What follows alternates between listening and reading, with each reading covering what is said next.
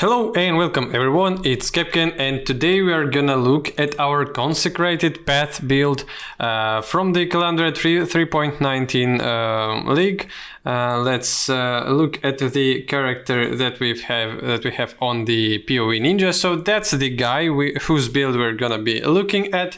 As you can see, he has 8.7 million deeps in Poeninja. In PoB it's like 11 millions, 5k life, pretty good amounts of armor, and we're gonna look at what do we. I've quickly looked at his equipment.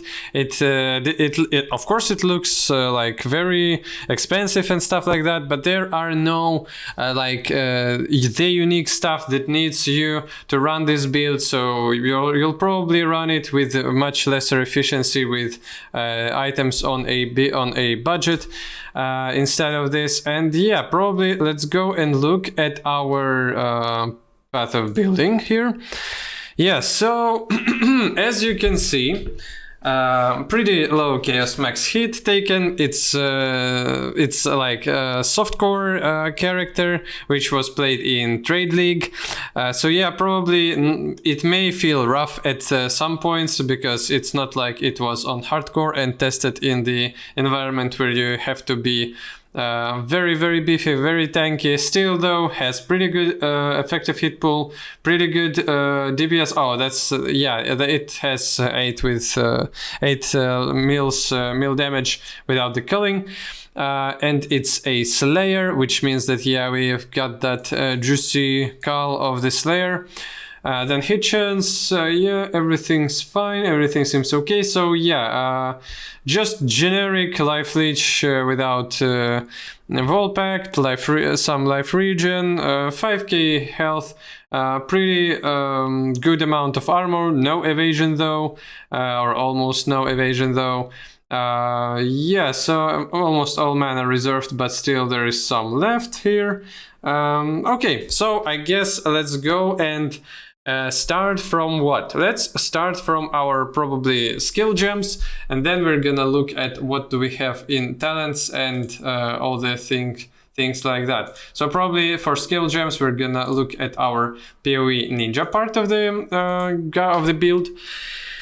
Yeah, and we'll go through that. So we have our anomalous Consecrated path, which has additional attack speed for its quality. So nothing special here. Anomalous is not 100% needed for you. Then anomalous inspiration support. So yeah, just inspiration for your crit chance and for your elemental damage increase. Fortify, which means that we're gaining fortifies through the gem and not through the talent tree in any ways or shapes or form. Awakened elemental damage with attacks. So yeah, means elemental damage with attacks works just fine with less of a result. Then melee physical damage support, which means that probably our weapon is full fizz, that is then goes to conversion. Yes, so you're probably not really a fan, you're not as big of a fan of just flat fire damage to your attacks, and you'd prefer flat fizz. Then we have Pulverize for more AoE. It's gonna have less attack speed, which sucks a little bit in terms of playstyle on the Consecrated path with your ability already feeling pretty slow, and with Pulverize it's gonna be even slower, but though your AoE will be way better. So next links we have our curse setup here with our Infernal Cry as our trigger for combust that are gonna like apply your hexes through the hex touch. And as we have one additional curse, we of course gonna apply all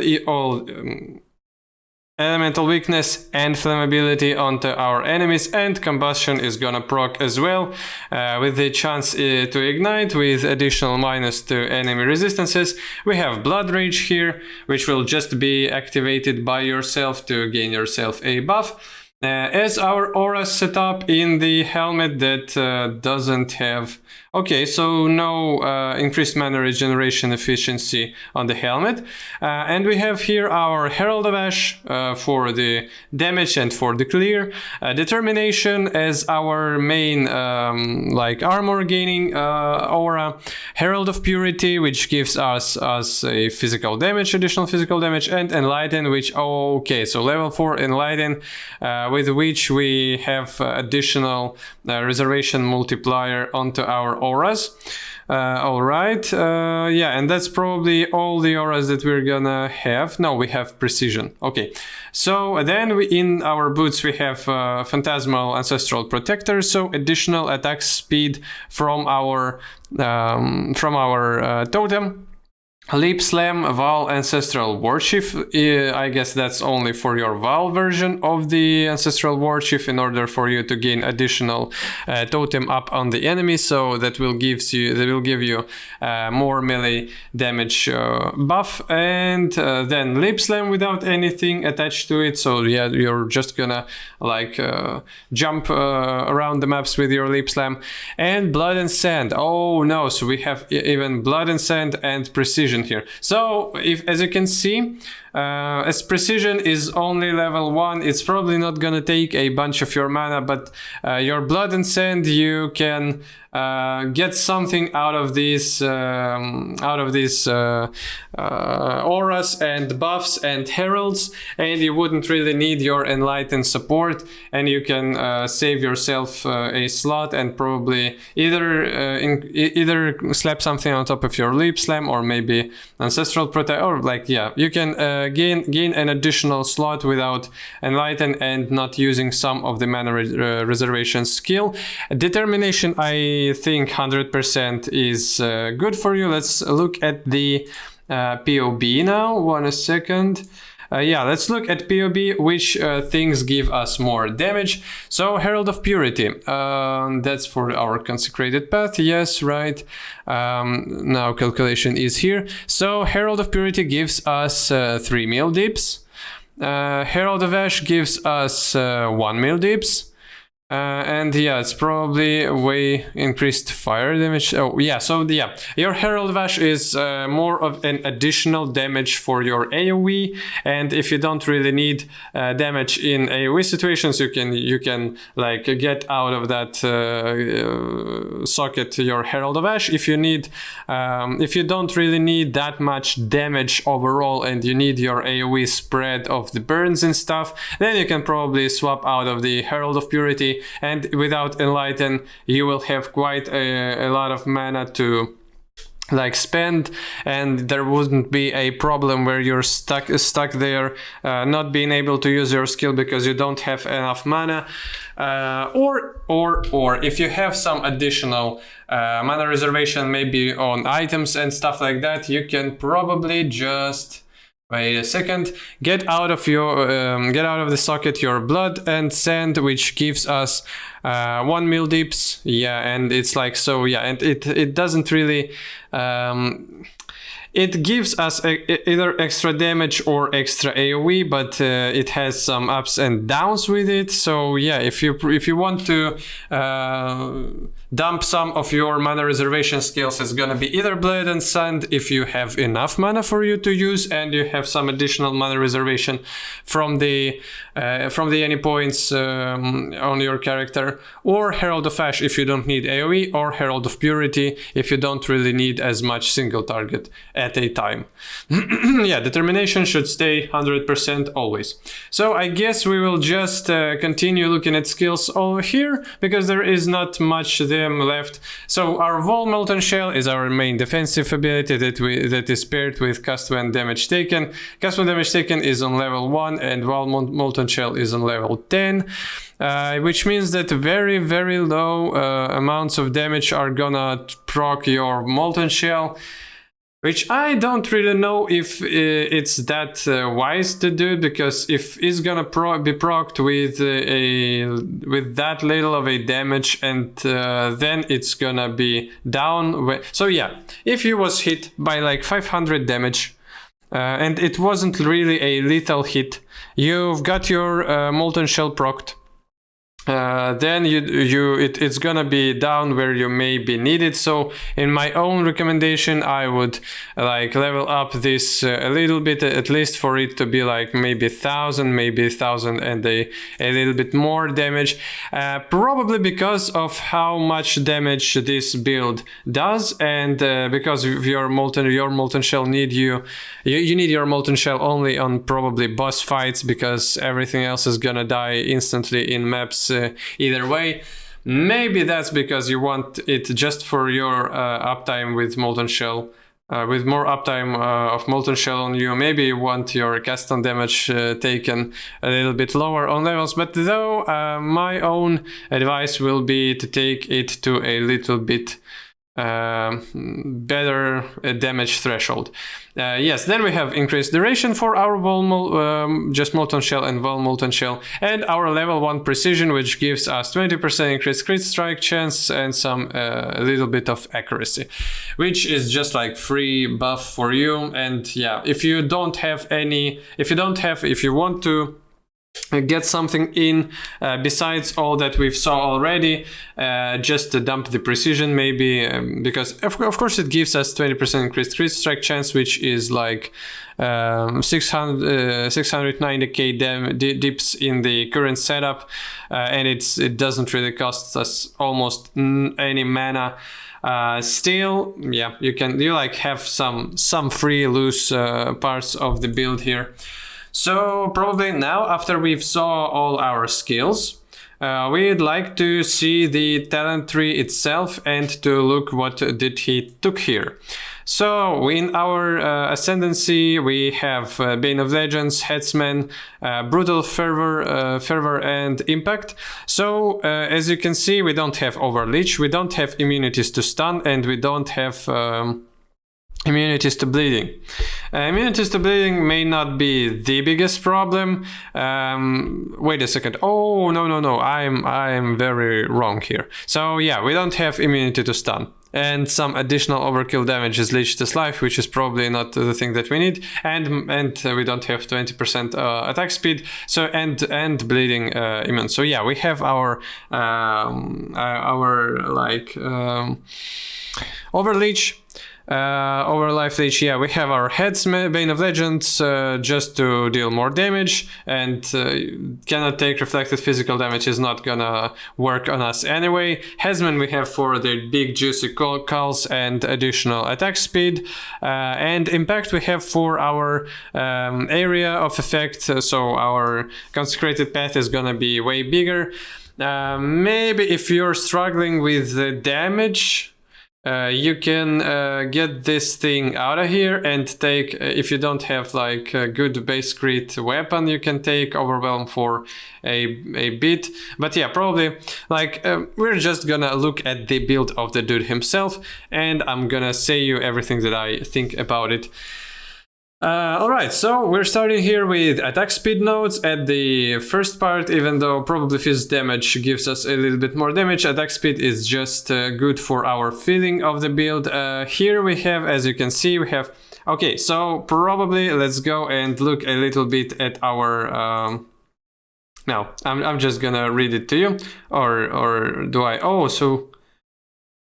so no extra Ascendancy talent points jewels here. So only Watcher's Eye and Lethal Pride are here, which is quite great. Then we don't need to go to POB.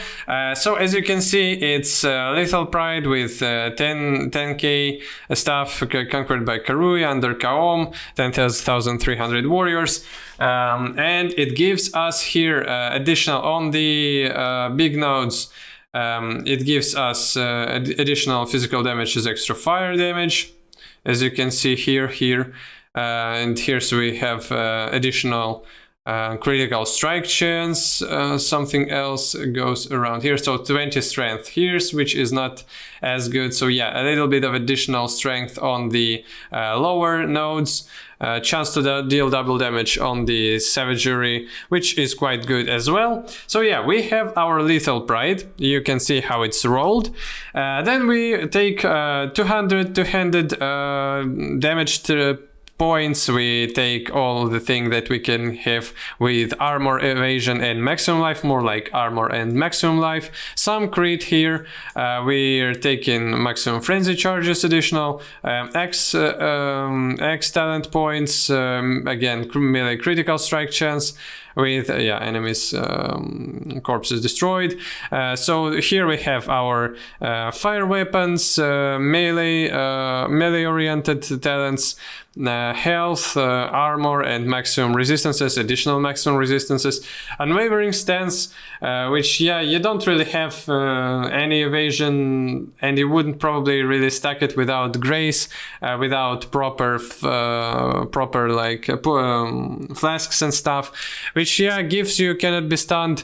Of course, to have even a little bit of evasion is always useful, it's always cool, but that's how you are mitigating your absence of stun immune through the endless hunger, and you're taking your damage node here instead.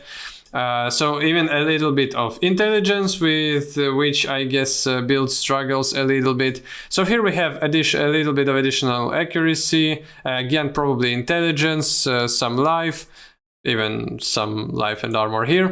What do we have with our cluster jewels though? So Feed the Fury, Fuel the Fight, and Martial Prowess, which means most likely just your damage while leeching, attack damage, attack speed, and stuff like that. Increased damage with two-handeds. Then on medium cluster jewel we have increased damage, increased critical strike chances. And again damage, crit strikes, and some double damage stuff going on. And with our small cluster jewels we have increased armor, pretty good rolls here, additional flat life cast. Well, you have like armor and armor here, and +1 to max elemental resistances as well, which is probably the reason why he's taken this. Well, armor is quite good too, but like additional maximum resistances are very, very cool.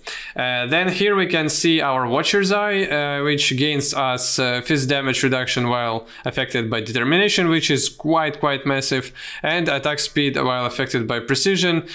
So yeah, additional free damage out the precision. Quite good. More X nodes, more defensive like armor nodes. Just a jewel with crits, life and resistances, life and crit. So that's it. The talent tree of the build is quite simple. He doesn't really take any mana reservation in efficiency nodes, which is a little bit weird to me. Maybe they don't really like pay up as much in this setup. Still, if you're having problems with enlightening, if you want to have more damage, you can get to them, especially if you don't really have your cluster jewels yet and you have free talents to spare.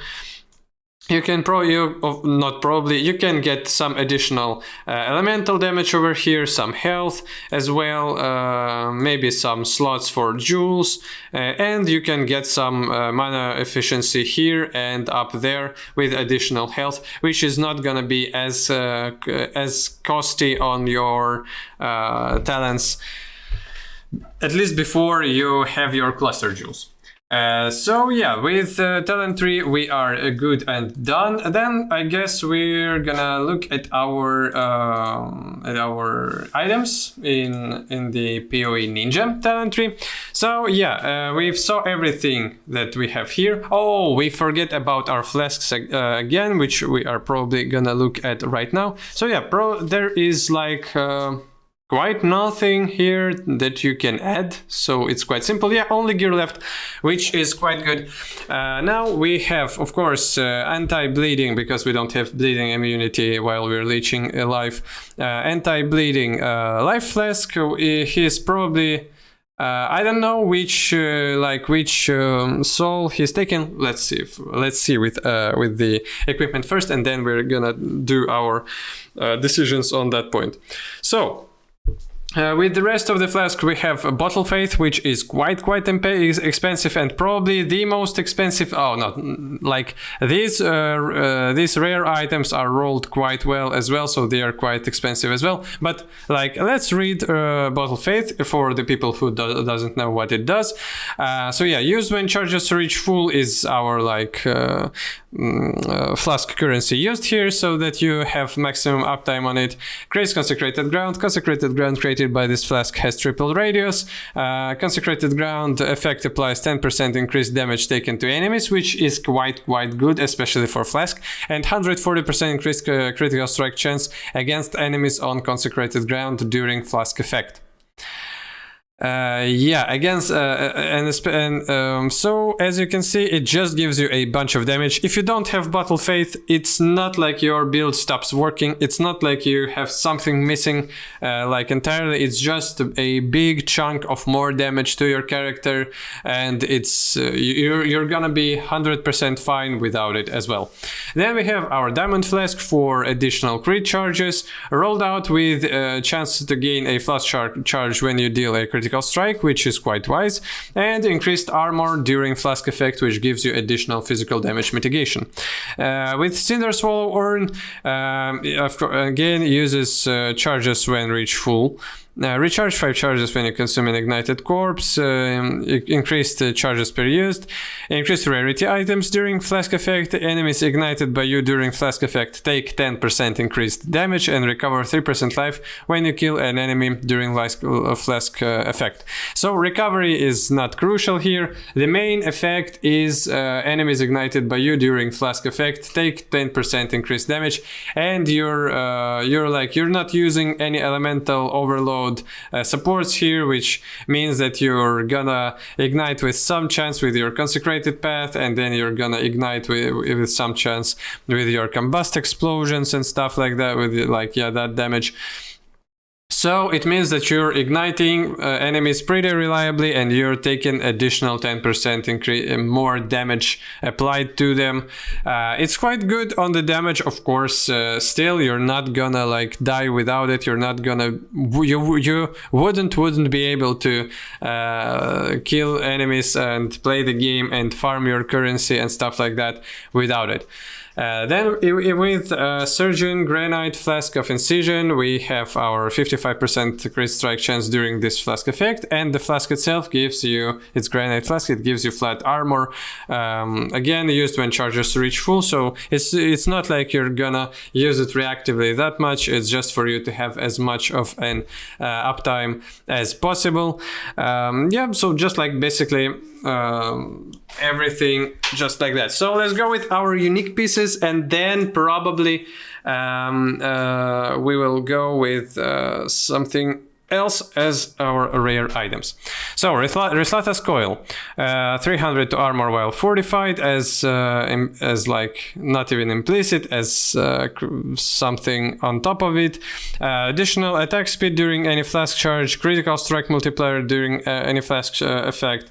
These are again just additional damage stuff that you can get on top of the belt itself. It gives you strength, more maximum physical damage, less minimum physical damage, adds a little bit, not even a little bit, but pretty good amount of physical damage to attacks, and gives you maximum life. So yeah, that's your damage amplifier belt that gives you just additional damage. That's, you can swap it, you can get some other stuff, you'll just have way less damage with it, without it, I mean, yeah.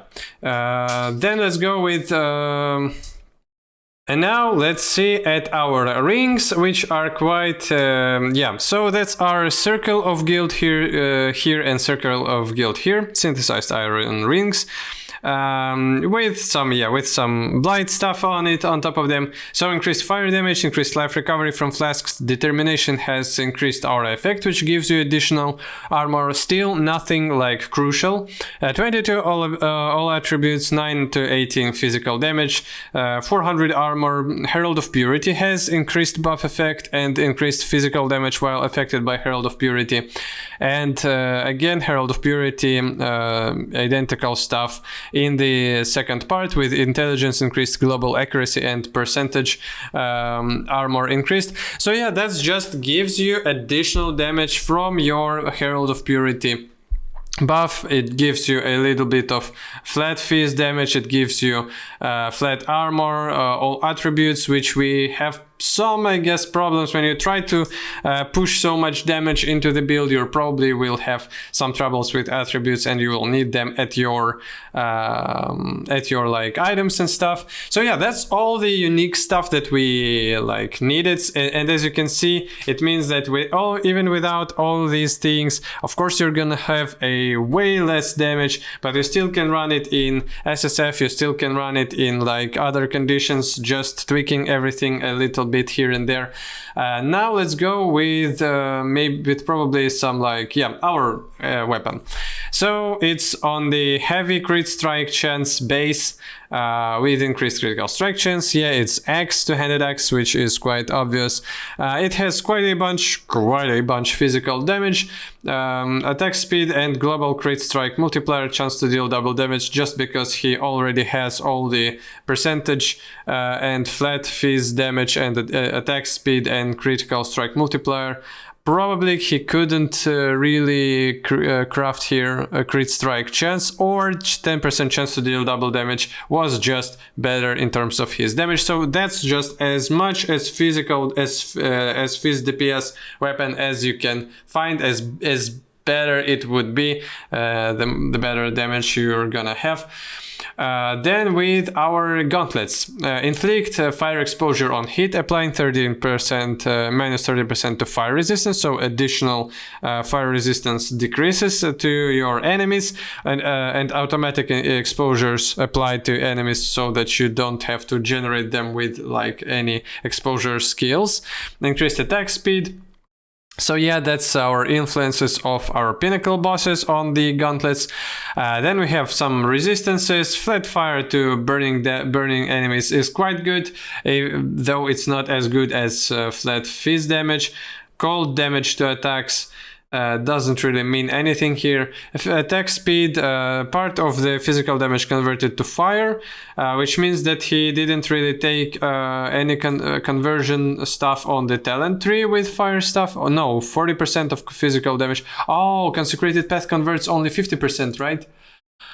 Yes, so Consecrated Path is not quite a good ability in that terms. It doesn't convert 60% of physical damage to fire, it converts only 50%, which means that with talent on 3 right here, we have additional 40% and then 10% left as physical damage, and with mod here, crafted or like just if you will get it from the June unveils, it's gonna do its job. It's gonna convert our 10% of the left out physical damage to fire. Still, as you can see, it's good gauntlets, nothing crucial, nothing that can stop you from playing this build in any other conditions. Then with our boots, damage penetrates 10% of enemy elemental resistances if you haven't killed recently. That's the additional damage against the bosses where you don't, that's an enchant that gives you additional damage from against bosses. Gain 5% of physical damage as extra fire damage, which is quite good for us, and brittle ground while moving, lasting 2 seconds. So you're dropping brittle ground. Yeah, so additional damage stuff as well.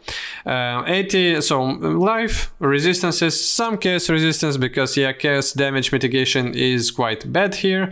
Some movement speed, which you don't really need, because your skill, your main skill is the skill that gives you blinks, and you have lip slam. You're probably not really moving that much with just your basic movement speed. Here we have cannot shield, cannot be frozen, which means that your Pantheon Soul, big Pantheon Soul, is not gonna be Soul of Bryant King, because you don't need stun immunity and frozen immunity. You just need, probably you're taking either Lunaris or Solaris or maybe Arakali.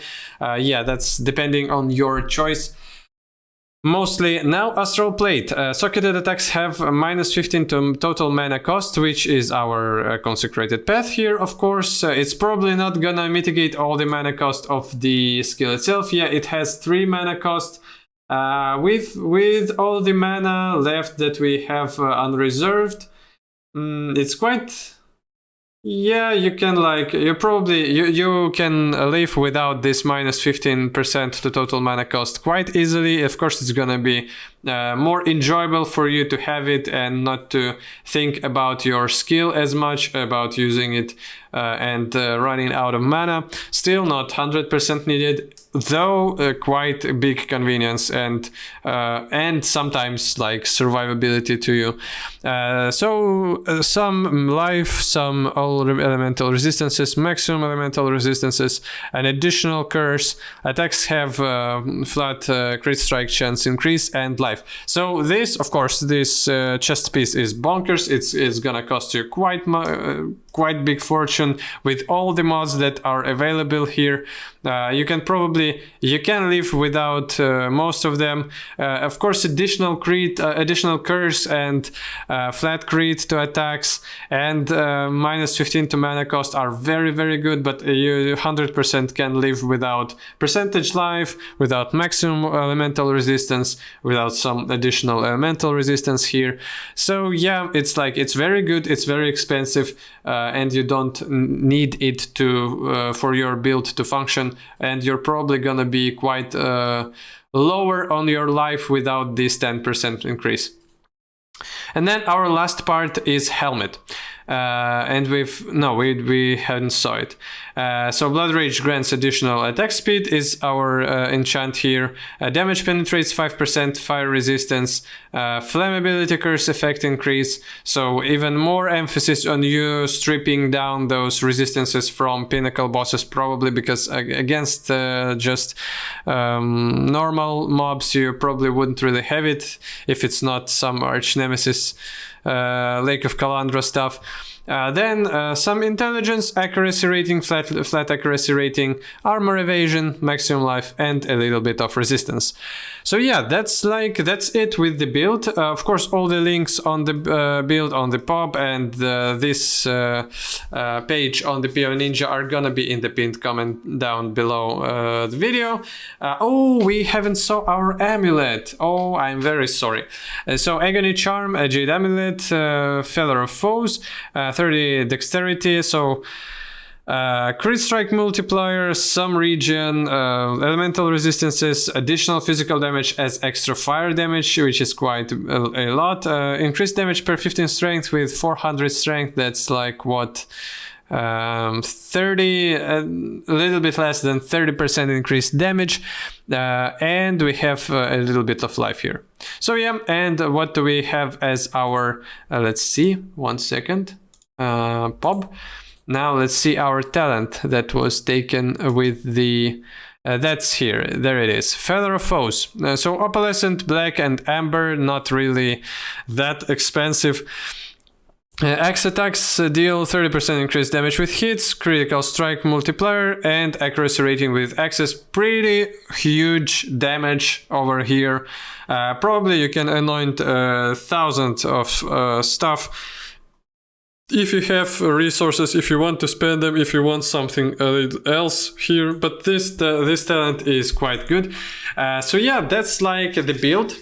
It definitely has quite a lot of damage. Probably without all the bonkers items you will have just mediocre damage. Not really, like if you're gonna play it in SSF while you're gonna farm for the baseline items in order for this build to deal quite a bit of a damage, you're gonna struggle a little bit just because of how Consecrated path works. It has pretty low attack speed, which means that enemies will hit you during that time, and if you're not one-shotting them, you're not really as safe as you could have been with some other spells or skills which are with non-melee, real melee skills and stuff like that. So, but still, the build itself is pretty simple. It's not hard to replicate. It's not hard to understand. There are no like 100% needed to work unique items. You can play something like this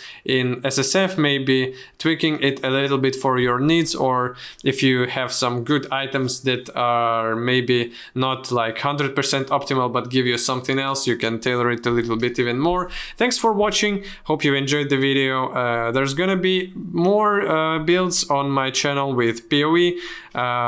If you want to subscribe to the channel. Have a good day. Goodbye.